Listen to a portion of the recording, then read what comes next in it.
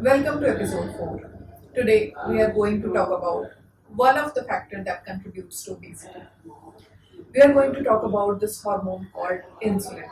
It's the same insulin that we prescribe to our diabetics. Let's say their blood sugar is 300, we give them a shot of insulin. The blood sugar comes down to 100. But where does the rest of the 200 points of sugar go? It's shunted to fat. Insulin shunts sugar to fat.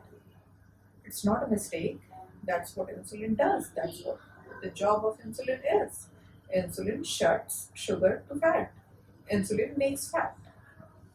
Let's now talk about a normal person, you or me. We eat 2000 calories a day, we burn 2000 calories a day. We feel great. But now, let me do a little experiment on you. I will follow you around with a little IV in my hand. I'll put an IV in your arm and I will inject you with insulin every time you eat something.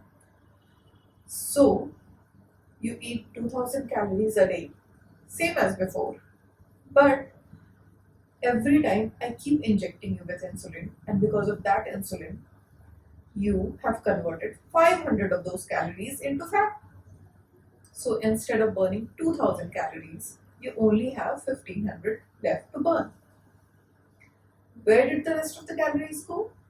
They go into fat. So if you weigh yourself on the scale, you'll probably weigh somewhere a 14th of a kilos higher because I injected you with insulin throughout the day. That is one part of it. Now your body wants to burn 2000 calories because it's used to burning 2000 calories. It has burned only 1500. More calories you burn, better you feel. For example, you exercise, you feel better. You take caffeine, you feel better. Anything that makes you burn more calories is synonymous with something that makes you feel better. So instead of 2000, if you eat only 1500 calories, how do you feel? You feel starved. You don't want to do anything. You want to sit on the couch, maybe watch a movie, maybe order some fast food. Sounds familiar? You are feeling starved. So what do?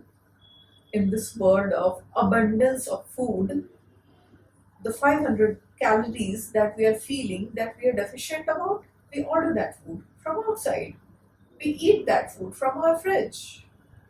But remember, I am walking around with you with an IV shot of insulin.